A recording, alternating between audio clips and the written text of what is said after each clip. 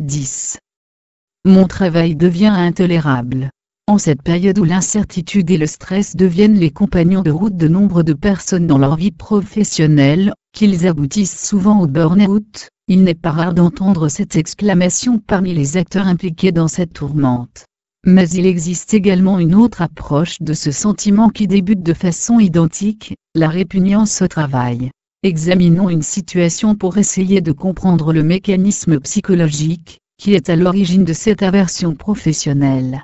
Encore quelques mois, puis quelques semaines, et enfin quelques jours avant d'en finir avec cette activité, cette hiérarchie, ses collègues et même ses locaux qui insupportent la personne, dont nous suivons le parcours. Ça y est, elle vient de franchir pour la dernière fois, le portail de la société qui l'employait depuis longtemps déjà, trop longtemps.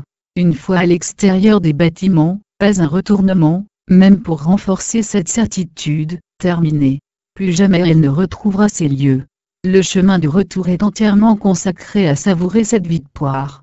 Après quelques jours de repos bien mérités, une autre fonction prendra place, radicalement différente de celle qui vient de s'achever, ouvrant des horizons bien plus riches, plus centrés sur les relations humaines et sociales. Quelle joie de pouvoir penser ainsi à son futur travail. Le grand jour arrive, les premiers contacts, la présentation du projet, et l'intégration dans l'équipe, tout se passe à merveille. Le temps passe, de par sa nature, c'est son rôle, les premières impressions aussi.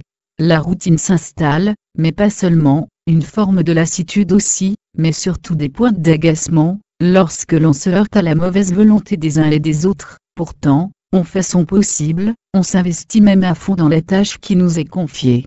Et puis, insensiblement, un peu plus chaque jour, une pensée s'incruste dans le mental, robuste, tenace. Ça devient exactement comme avant, cela ne finira donc jamais?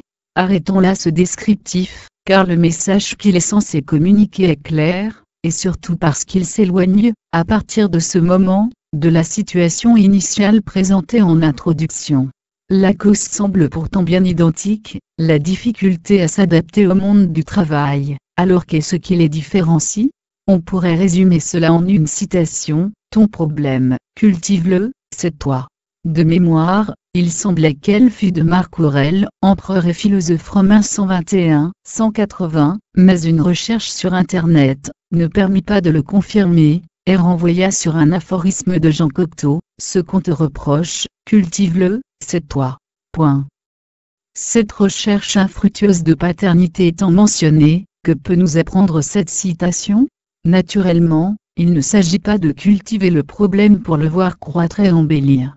Mais, pour rester dans la symbolique, d'observer son jardin intérieur, d'en connaître les moindres recoins, et surtout de l'entretenir correctement, éliminer les mauvaises herbes, pensées négatives, l'ensemencer avec de bonnes graines, attention, compassion. Ce qui est proposé ici, c'est qu'en présence d'un problème, dont on pense avoir identifié les causes comme extérieures, de ne pas en rester là et d'étendre le diagnostic à sa manière d'être, son ressenti intime. Pour tout dire, de voir si cela n'était pas encore un tour malicieux de la conscience émotionnelle? Et dans l'affirmative, de travailler ce handicap. Comment? En changeant d'objectif, en troquant ses lunettes émotionnelles contre une nouvelle paire à vision attentive.